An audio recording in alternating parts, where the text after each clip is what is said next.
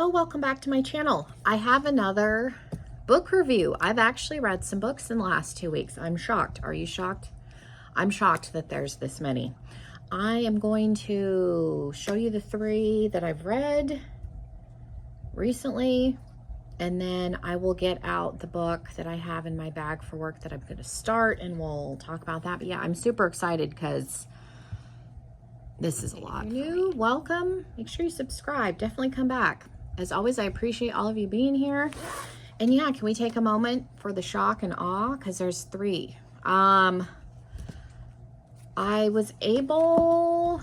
When did I pick this up? Nope, I didn't read this one first.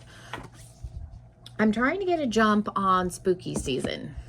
Clearly, because we are still in July, but... I started reading this book last year and didn't get very far. I got about 4 chapters in and then stopped reading it. I got this and The Pumpkin Queen at the same time. This is Raising the Horseman. So this is not the same author as The Pumpkin Queen, the sequel to The Nightmare Before Christmas.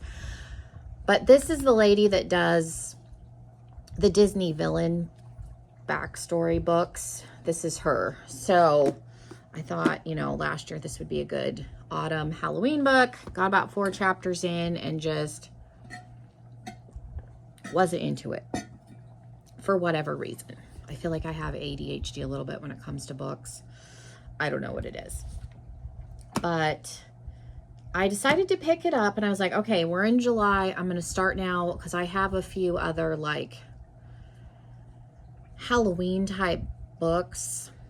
Halloween themed books, autumn themed books that I thought, okay, maybe I should read them now before we get into October, because I have the Christmas Chronicles, which is a hefty book that I was going to try and read. So anyways, decided to pick this up, and I actually was able to finish this in like 3 sittings, 2 sittings, 3. I want to say it took me 3. How many pages is this? Not that that matters, because everybody reads a different page. It's about 300 pages, so I mean, it's not terribly long, but it was really good.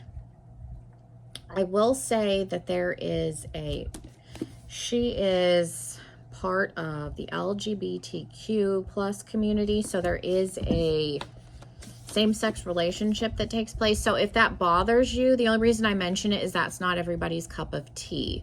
I mean, obviously, I kind of had an indication going in that there would be because there's 2 girls on the cover, but if that's not your cup of tea, then I would steer clear of this. But the story is really good. And it's done, Ichabod Crane and the Headless Horseman, all, you know, the characters, the original Katrina von Tassel, are all in here. There's a little bit of a spin, a little bit of a twist at the end. So it's definitely worth reading if you like autumn themed books, because it takes place in Sleepy Hollow during October. So perfect for that. And then I decided to finally read, I've had this book forever, The Final Girls Support Group. This was a little bit harder for me to get into. This book is from the perspective that, like, the movie Friday the 13th, Halloween, the Texas Chainsaw Massacre, a couple others, like those slasher movies were real, and then they made movies based on the actual cases. So it's from the perspective that those types of films actually happened. Now, they've obviously, for copyright purposes, changed the names of the characters. There is a book by this author that I want to get. It's called The Horror Store, and I think it's like horror in the like paper, like it's I'm thinking of A Horror Store is a different book. I did want to get that, but there's Paperbacks from Hell, The Twisted History of 70s and 80s Horror Fiction. That's also by this author. That's a nonfiction book that I wanted to read, but the writing style of this author, Grady Hendrix, I think is fine. This didn't flow to me as well as this book that we'll talk about, or even this book. And it sometimes, like I said, I feel like I have a little bit of like bipolarness almost when it comes to books. Like I can tell within the first chapter if it's going to grab me or not. And a lot of times, like with this, it didn't grab me the first go around and I just stopped.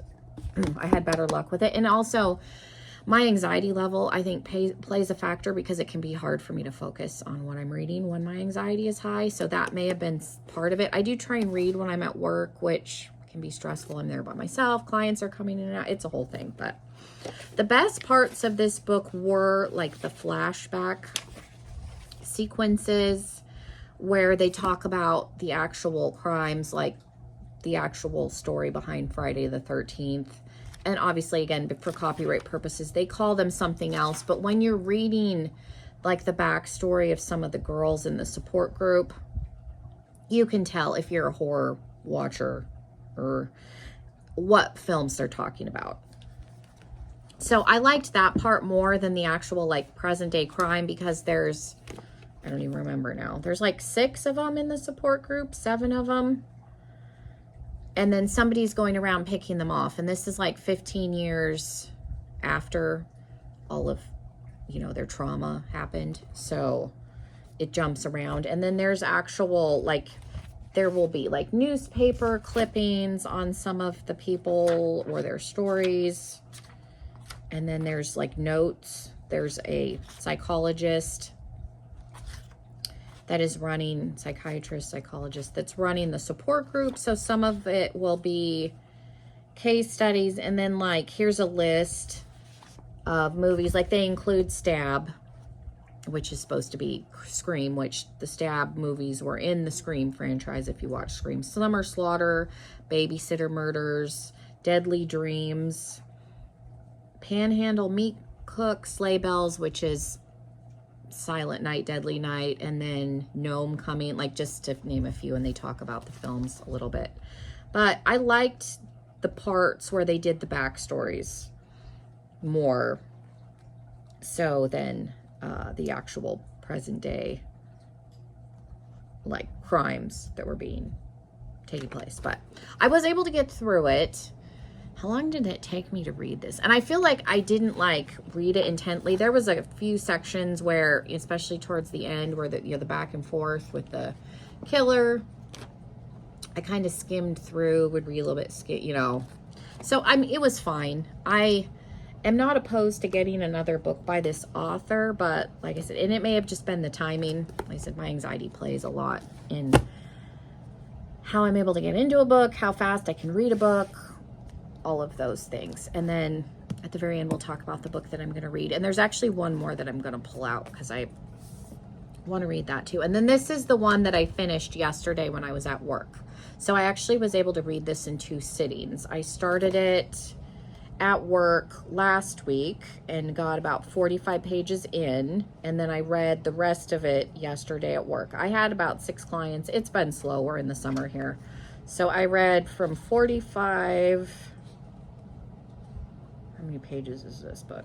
And again, that's irrelevant because everybody reads at different rates. But this is 206 pages. So I read the bulk of it yesterday. But this was a pretty, like, fast read. It had good flow. If you read a lot, hopefully that makes sense to you. I was able to, the story grabbed you. It was one of those where, and then the flow, I was able to get a good pace going with it.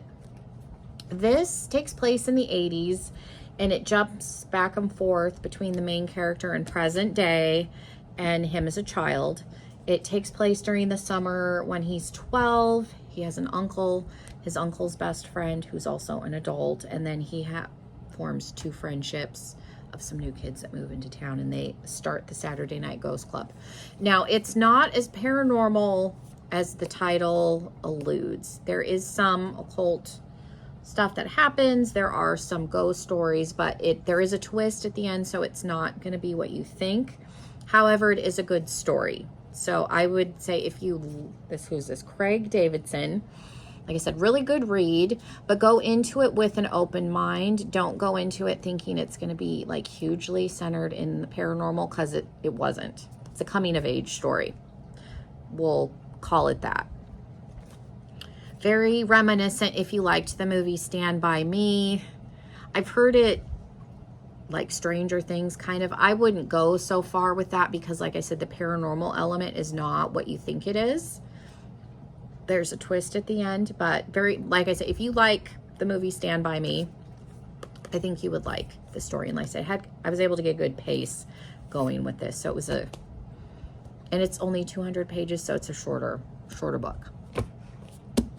So let me go grab the other book that I'm interested in. And I usually will keep two in my little, I have a book sleeve. It has a zipper. It kind of looks like a soft case that you would put like a Kindle or an iPad in, but it's actually for books, so that the covers, because that bugs the tar out of me. It's an OCD thing if the covers get crinkled and messed up or scuffed, because that happens when you put them in your bag.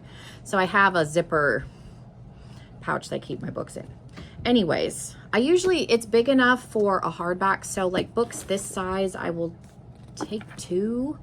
Like I had these two together for a while until I decided to read this one first, and then took this one out until I was ready to get to it, kind of a thing. But this is one that I got. If you follow Jade the Libra, she does a lot of like decorating videos, Halloween hauls. She has a gothic aesthetic.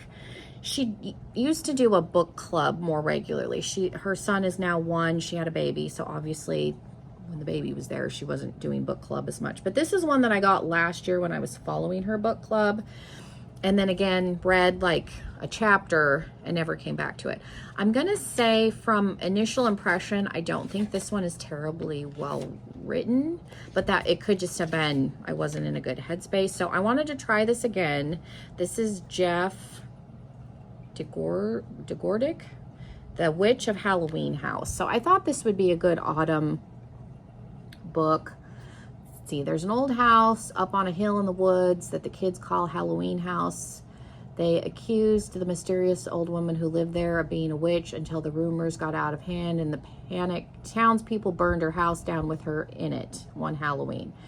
She only said one thing before she died: a curse on all of you. Now, 3 years later, the spooky holiday approaches again, and Cameron is left in charge of taking her little brother trick-or-treating. But strange things begin happening around the small town. Children are going missing one by one, and the only clue to their disappearance is a gingerbread man left on their windowsill.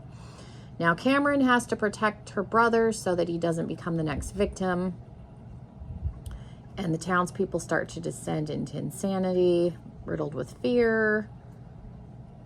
So, doesn't sound too bad. So I'm going to try and read that. And then my husband and I went to Barnes & Noble after we had like a date night a couple weeks ago. And I had a gift card. So that's the only reason I bought a book. And I still have a gift card because I need books like I need a hole in the head. Because I went through a spurt last year when I was like really gung-ho about reading, which is why I ended up with like all of these, and there's more in there. I was buying stuff on Thrift Books. There's a bunch. Like we're not talking about hundreds, but there's a bunch in there. So again, I needed this like I need a hole in the head. But this is In a Dark, Dark Wood, where if you are from like the 80s and 90s, there's a children's book like In a Dark, like it's in a dark, dark room. So that like grabbed me because that's instantly where my head went. That children's book, In a Dark, Dark Room, the collection of short stories. And I actually found a newer copy of it for my daughter. Some of them are a little bit morbid, but if you remember that book, you know what I'm talking about. But I don't know what this is about. Like there's information on the back from different like articles, but I really don't know. It says you'll find it almost impossible to put this twisting, electrifying debut down. So it's Ruth Ware In a Dark, Dark Wood. Again, I'm not real sure what it's about. So I'm going to give that a go. Again, I'll put these together and then I'll start one on Thursday, tomorrow, when I'm at work. And then obviously I'll take the other one out until I finish it. But hoping one of them's good. Like I said, super impressed that I was able to read this many in like 2 weeks, because that's a lot for me. But like I said, the Raising the Horseman really, once I got into it, was a fast read. She kind of left it open like she was going to do another one, and she's never come back to this. So I'm hoping maybe at some point she'll do another Horseman book, because this was good.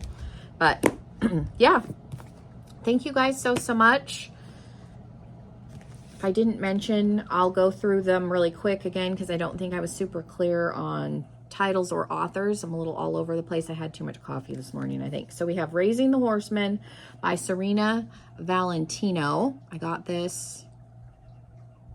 Did I get this from Thrift Books? I did. The Thrift Books put stickers on. So I got this from Thrift Books. You can get it on Amazon or from Barnes & Noble. I liked Thrift Books. I'm all about repurposing if we can.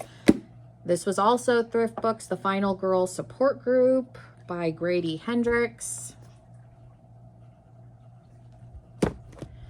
And then The Saturday Night Ghost Club by Craig Davidson. I think I got this one off of Amazon. There's no sticker. This one I got off of Amazon. Jeff DeGordrick, The Witch of Halloween House. Hopefully it's good.